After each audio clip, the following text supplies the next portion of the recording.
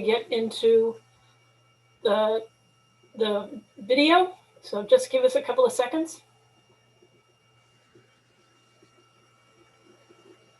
Okay, I think we're going to get going because we are a prompt group. Welcome again, everyone.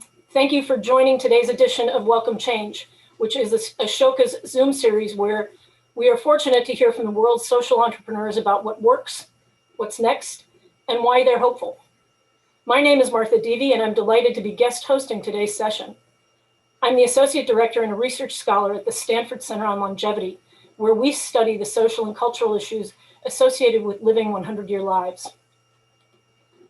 Before we jump in, one quick reminder, we want to hear questions, and we're going to try and get to some of them as time allows.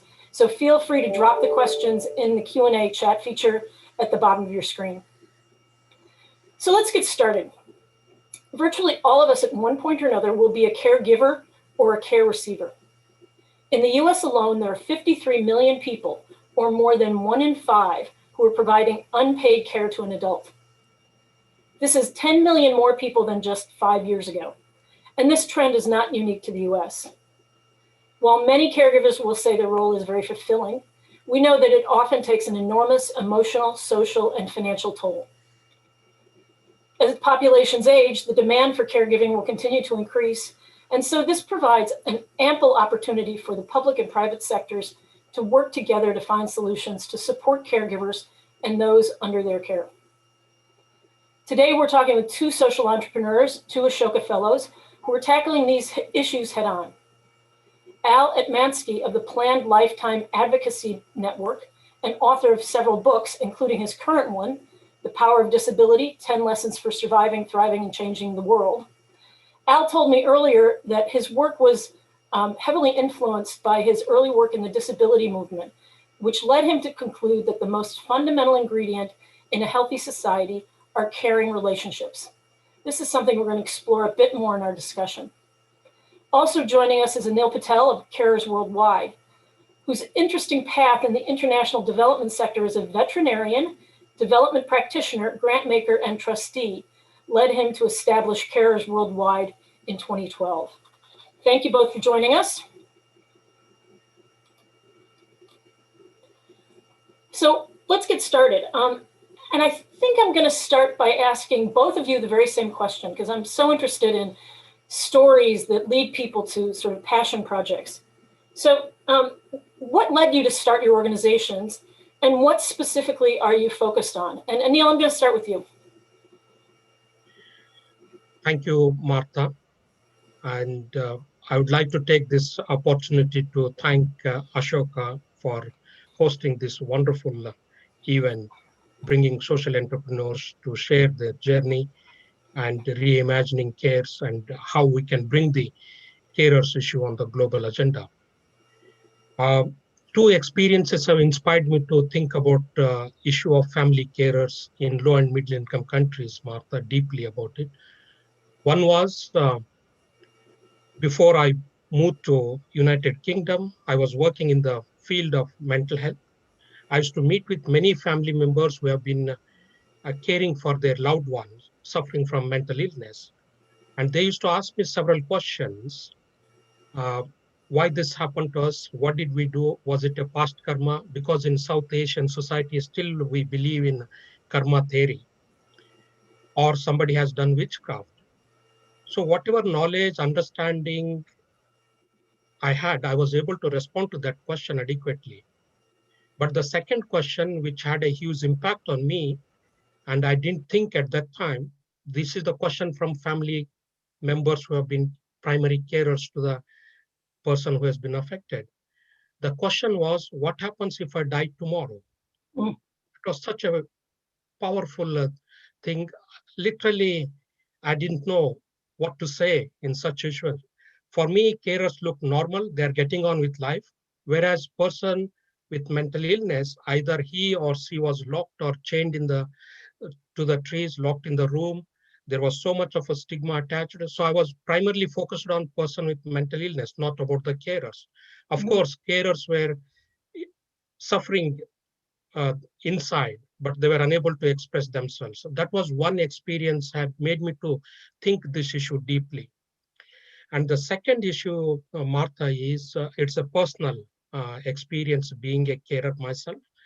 Ruth and I have two beautiful daughters. When our second daughter was born, we discovered that she has Down syndrome. Mhm. Of course, it was quite tough in the beginning and quite challenging. And now she's a teenager. She's beautiful, clever, and funny. It's a privilege to have her. She's enriching our life. And the kind of questions what carers were asking in rural India, same question went through our mind as well. But if there wasn't a support from friends and families and professionals, Martha, I don't think we would have coped well. Our health and well-being has impacted in the beginning. So Mhm. that support system has really made a significant difference. Two last things I want to say. One is uh, particularly between Ruth and myself, we had a choice uh, in terms of we both had a career, so we have to give up one of our career to look after our daughter. Because we had choice, we could exercise that. Many such carers, millions and millions of such carers in low and middle income countries where we are working, they don't have that choice. That is one. So these two experiences inspired me to ask a simple question. Imagine a country like India with 1.3 billion population.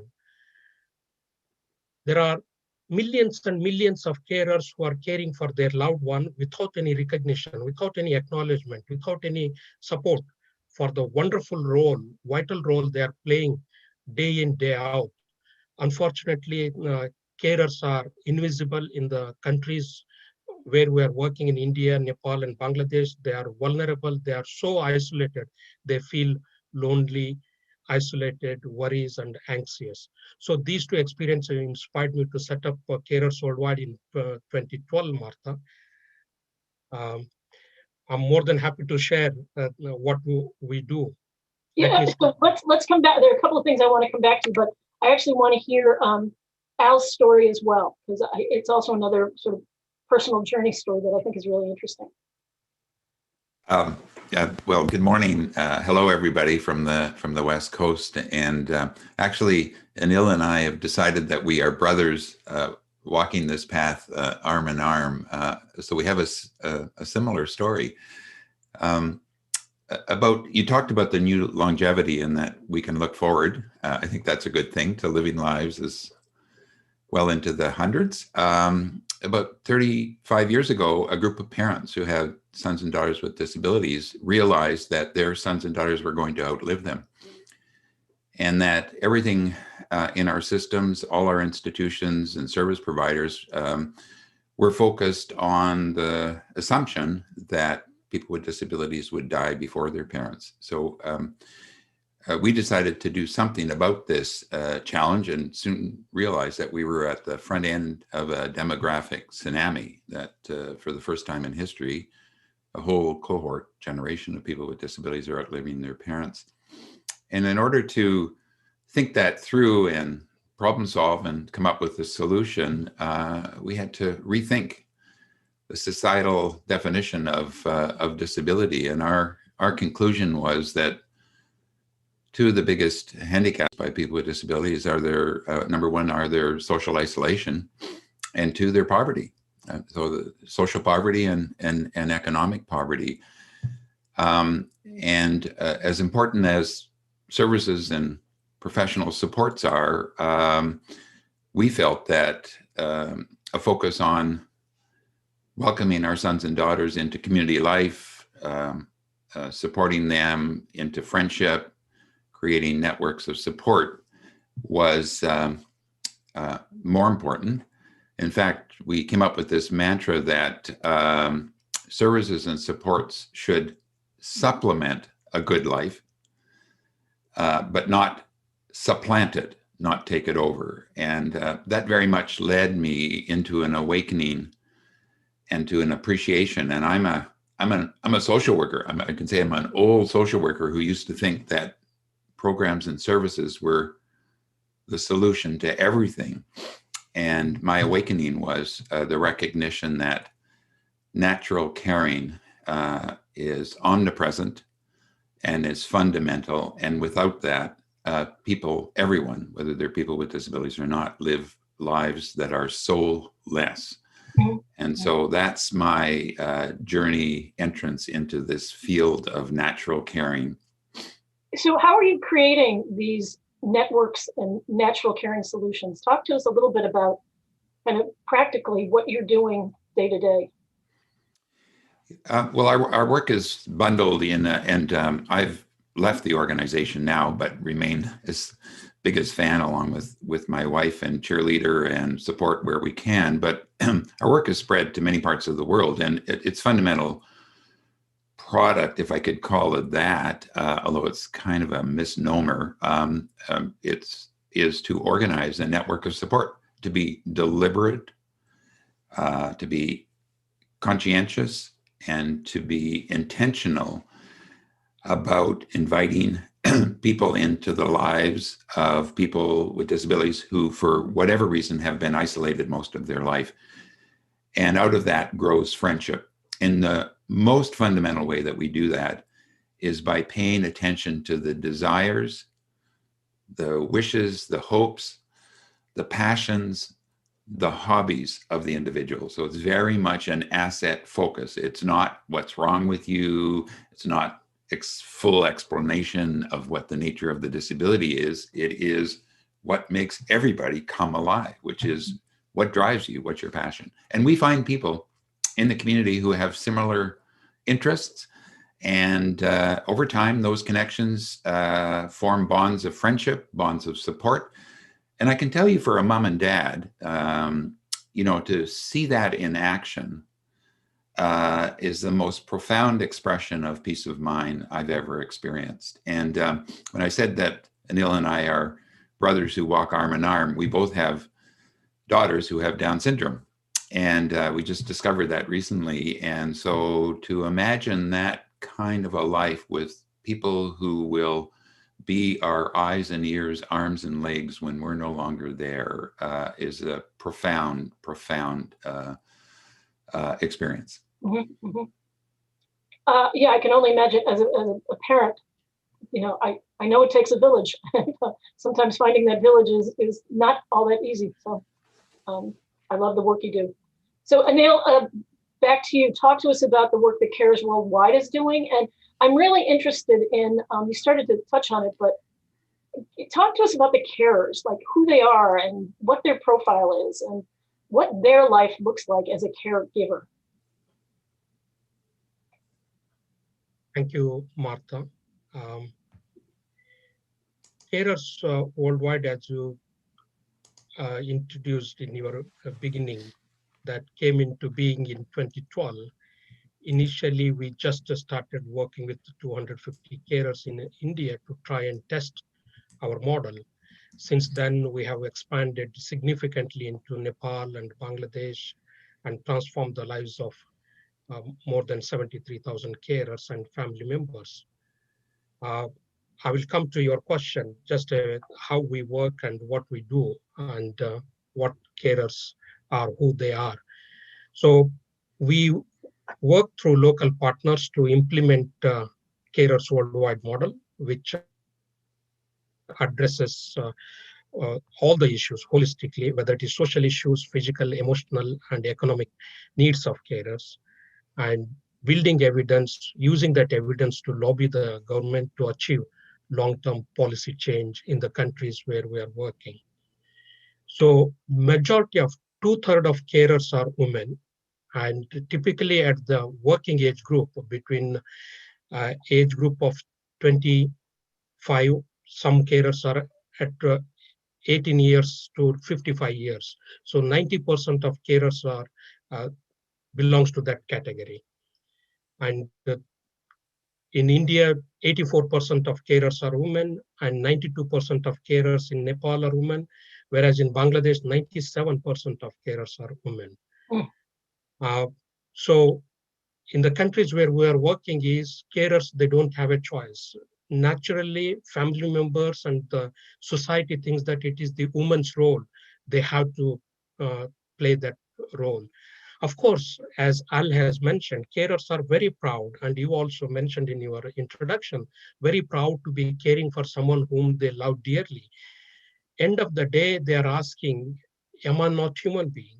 Who is talking about my life and my challenges, my issues? Everybody comes and talks about rights of person with disability, rights of mentally ill person. What about my right? Right to education, right to social life. Of course, it is completely, there is no such systems are in place, and there is no recognition by the government or support systems like social welfare system for the carers, Mhm, mhm. countries where we are working. Um, so through our model, one of the things what we were able to do is to reduce the carers' loneliness and isolation. We promoted emotional support groups. So carers feel that they're not alone. They're able to connect with other carers in similar situations. And that acted as a support group. And during between meetings, if the carers has some difficulties and challenges, they're able to exchange the notes or talk to each other and how they got the support. That has made a significant difference. And today, 92% of carers attend these emotional support groups. We have promoted nearly 600 of such groups. That has become a lifeline for carers. And the second one is a significant impact on their health and well-being, Martha. When we started work, 71% of carers were showing the signs of minor mental illness. Yeah. One side, they are caring for already person who has been diagnosed with mental health issues. Another side, carers where there is no support system for them and there is no choice. They have to continue to care. And the third one is 55% of carers were having physical health issues, and 92% of carers were worried about financial problem because two adults are losing the income. One person being cared for, another is the carer themselves. So imagine family living below poverty line where there is no means of support to sustain their family and lead a dignified life is quite challenging and colossal. And we are the only organization in low and middle income countries strategically highlighting the issues of family carers and addressing them uh, through our Carers Worldwide model and through partnership approach.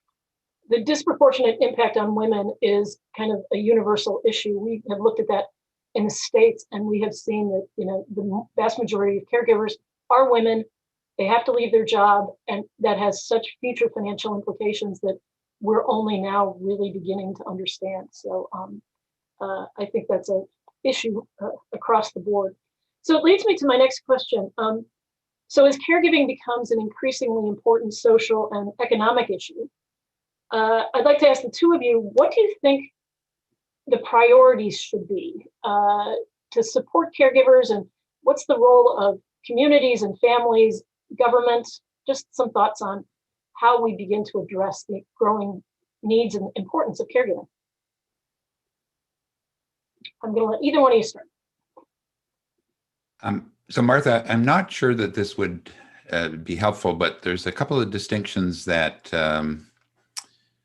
my wife and I and a friend and colleague, Donna Thompson here in Canada, are making. And that is first of all, that there's a distinction between natural caring and paid care. And, I want to reinforce with what Anil said, that 80 in Canada, pretty well every study suggests that 80% of the caring, you could say caregiving if you want to, that takes place in our country is offered lovingly and naturally and voluntarily, not in the sense of a volunteer job, but voluntarily. So that's an expression. My wife says caring is an expression of love in action. And so I want to make that distinction, not to say that the 20% that is paid care isn't important, because often those jobs are done by women as well, and they're poorly paid. But I want to say that if all of the discussion eventually gravitates to reforming that part of the system, then we miss the 80% on which the paid care and many other aspects of life in society rest, which is natural caring. The second thing, a distinction I'd make, is that I think it would be a mistake to make this simply a conversation about policy with economic implications. I would like us to celebrate caring, to recognize that it puts the soul into care. Mm-hmm. It makes it something bigger. I'm not being religious when I said that. I'm simply saying that there is something deeper that's involved in a naturally caring relationship that's reciprocal, that has the dignity of the person receiving care and the dignity of the person giving care. That should be celebrated and acknowledged in art, as well as simply being a policy consideration. And in my view, the policy implications would be enhanced by a recognition of the fulsome reality of what natural care means. Okay, that makes sense. I want to follow up on that, but Anil, what do you think about what priorities should be in order to support caregivers? I echo with what Al has said, Martha, but for me, first and foremost, carers' vital role hasn't been recognized. So it is in the countries where we are working, in low and middle income countries. And quite often they are invisible, but we all know that they are the backbone of our health and social care system. And it is time for us to recognize that. And I'm here to say that they must no longer be invisible. How can we make caring visible and create a fairer world for carers? And we all know that despite diversity through our international work, we have recognized that carers' needs are similar everywhere. And how do we reduce that social isolation? How do we connect carers emotionally, whether it is virtually or physically? How do we improve their health and well-being? Because of that poor physical and mental health well-being, the quality of care is suffering. And like Al, how do we create that nurturing environment within the family so that both respect each other, the person who is providing the care, person who is receiving the care, they respect and recognizes each other. And there should be some kind of financial security, some kind of welfare system to recognize caring itself is a skill. Why don't respective government should recognize and start providing some kind of financial security? My last 2 points are lack of access to flexible employment opportunities in the countries where we are working, so that many carers can do if there is an opportunity for flexible working situation. And finally, there has to be some kind of system where carers have an opportunity to recharge their batteries. What I mean is some sort of respite care, short breaks for carer. And for young carers, no fault of their own, end up looking after siblings or parents. One side we talk about right to education, other side children are missing out their vital, most important skills or education in their life and their entire childhood. Through innovative alternative caring system, how could we enable young carers or child carers to continue their education? Mm-hmm. Those are so important for us. What's interesting is that the issues of caregivers have been sort of a growing concern for a long time, but the pandemic has, I assume worldwide, but certainly in the US, has put a particular focus on the costs of being a caregiver. And all sorts of headlines, all sorts of studies ongoing, talking about, again, the disproportionate impact on women, but also, older children who are now being forced to look after their younger children and aren't showing up in Zoom school. So as a result, we actually think that in the US, there could be some movement at the federal level, some bipartisan movement around the needs to support and address the issues of caregivers. We'll see what happens. So, we talked about kind of policy and societally, but what advice do you have for us as individuals? How do we support caregivers, whether we're related to them or whether, they're down the block? I'm asking this kind of personally because I sometimes feel like I'm invading somebody's space.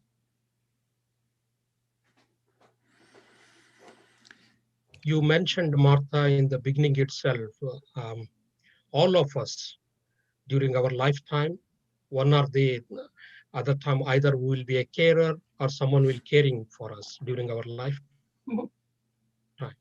So if that is the case, it doesn't discriminate whether you are rich or poor. It doesn't discriminate whether you are living in West or low and middle income countries. Emotionally, it affects each one of us. So for me, two simple advice. On this virtual platform itself, I can say that at least minimum 25% on this virtual platform audience either have been a carer or caring for someone they love dearly. So one simple thing they can ask is just turn to neighbor, or they know someone, whether through professionally, socially, or the family situation, asking simple questions like, how are you? Do you need any help? Just a simple thing. That will really open up the conversation. Oh, really, they are interested in my life. They are not just, okay, left me on my own, alone. They are caring for me. They want. So that more and more you start talking about that, you are opening up the dialogue and discussions. So they will be able to share, I'm having difficulties to take my loved one to the hospital appointment because I don't have any transport facilities. Or could you please go and buy the grocery for me? Mm-hmm. These are simple things like that would make a huge difference, and recognize and appreciate the vital role they are playing within the family. Even just 1 hour, okay, just go for a walk, have some fresh air. I will look after uh, uh, whomever you are caring for. Al, you want to add to that? Yeah, I'd like to start from the perspective that people already know how to support each other and are already doing that. And I think that makes a difference from a policy point of view. So in Canada, a term emerged during the pandemic called caremongering. I don't know if its origin was exclusively here, but essentially it was a recognition that every day, everywhere, people were engaged in taking care of each other in a variety of ways across the spectrum, and in fact, even taking care of the environment. And so maybe we could start from the premise that people are already doing it, and what is it that prevents them from doing more of it? It seems to me that if you start from a scarcity mentality, then you design policy as if we have to somehow encourage people to do what they already do naturally. If you start from an abundance mentality, then you begin to look at the system from the point of view of where the caring is actually taking place. Mm-hmm. And then maybe you look at the existing system and say, you know what you're doing? You're preventing people from doing what comes naturally. And so I would, I'd reframe or think about that slightly differently. It seems to me that social resilience, and the pandemic has revealed it, is a balance of professional supports and naturally supportive relationships. Too much intervention undermines natural caring and increases dependency. Too little, and individuals, families, and communities are left on their own to deal with economic realities and changing life circumstances that aren't their fault and beyond their control.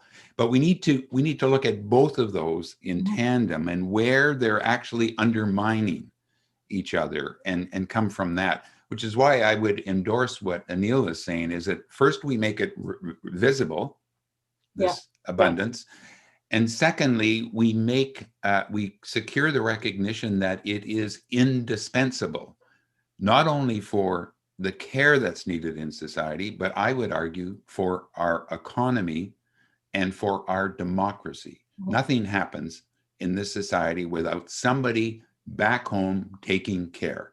Right, right. You know, we at the Center on Longevity have done a lot of work looking at the importance of volunteerism and volunteerism as a way to maintain social connection. And, you know, this is a slight corollary, but the reason most people don't volunteer is they're never asked. And that, you know, if they were asked, if they knew what opportunities were out there, the likelihood that they would choose to do something increases dramatically. And I think about that in this caregiving scenario, both as a caregiver being reluctant to say, I need help, but also as someone who knows lots of caregivers, also feeling comfortable going to them saying, do you need help? And realizing that simply asking the question either way can open up, you know, just a whole different level of support. So we have a couple of questions in the chat box. I think we've touched on them, but we may want to put a fine point. Two people asked about, for instance, how to increase wages for professional carers. Is that better policy? And another attendee asked, how can employers under government support carers? And Al, I know you said that's we shouldn't lead with that, but they probably do have a role. They absolutely do, and I'm less of an authority on that. I think there's lots of studies, lots of actions. I'm incredibly in awe of the work of Asian Pu, an Ashoka Fellow, and I know Anil knows her as well, and I know Anil, you're focused on that. So I'll just I don't want to duck that question. I think it's fundamental and important. But I don't feel as qualified to give specifics. Anil, maybe you have, I know you do have more precise thoughts on that. Thanks, Al. Again, we haven't worked so far with the paid carers, but we know that across the world, professional carers are paid very poorly. Kind of work they have been doing, and it is very difficult for me to make any kind of comment on what the ideal wages is. I would say it has to be more than whatever country's minimum living wage is there. And the second point is they have to recognize, based on their skills and expertise and the knowledge they bring into the caring sector. So it has to be competitive to the market rate, I would say. As I said, we haven't worked with the paid carers, and I don't qualify to comment on that, Martha, if I can. So I can actually talk a little bit about what's being discussed in the States. And one is providing tax credits to those who are providing home health care. And it might be tax credits, or in our case, you know, Medicare will pay for some of this, so redeploying the Medicare funds. The second idea that is being floated around is supporting sabbaticals, so encouraging employers to allow the employee to leave for some fixed period of time to handle their caregiving activities without risk of losing their job. And that, you know, there is a paid family leave policy in the States, but it's talking about expanding that. And more progressive companies are actually trying to look at flexible work schedules, which would allow caregivers, and by the way, they're satisfying the needs of parents as well as adult children taking care of adult parents. And they have found that sort of increasing flexibility in their work schedules alleviates the stress and satisfies a number of things in the workforce. So those are a couple of things that that are getting some momentum, and both at the state level and at the federal level, some hope that something will be done. And then there, like I said, there's some progressive employers who really understand the impact increased caregiving duties is having on their own workforce. So I have one more question in the chat box, and that is, what skills or attitudes that carers develop that the rest of us should also learn? I would say patience. Patience. Sorry, Anil, did you have more you were going to say? I don't want to interrupt you. No, go ahead. Okay. That's what came to my mind. Some of the things that have occurred to me are the importance of vulnerability. Mm-hmm. That vulnerability is not a weakness. It's a fact of life for all of us. And in that regard, it's a strength in that it might lead our society from its arrogance or belief in its omnipotence, from a journey from that or from hubris to humility and a recognition that our society is based on interdependence, not independence. And this is what I was trying to get at earlier with this whole question of the soul. It's a very profoundly different way of looking at the world when you recognize our common vulnerability is our common humanity. And it changes how we approach not only our relationships with each other in terms of taking care, but our relationships to all living things, including the environment. And I would see that is a profound reshaping of society that's necessary. And if you're looking at the sacred headwaters of that, and you want to know about an attitude or a skill, then check in on a caring relationship and see it's of course messy and it's not easy. I'm not trying to gloss over that, but it's a profound example of how we get along with each other with dignity, recognizing our vulnerability and our interdependence. Mm-hmm. Mm-hmm. Well, I think on that note, we're going to wrap up. Thank you both, Al and Anil. I think this conversation was informative, and I'm always impressed and feel privileged to be with social entrepreneurs who tackle big problems and don't step away from them because they're big problems. So thank you both for that. And also thank you to your teams and collaborators across the world for the work they're doing. And to our audience members, thank you for tuning in. I hope you found some insights to carry forward. Be compassionate, be patient. All of those things are good lessons.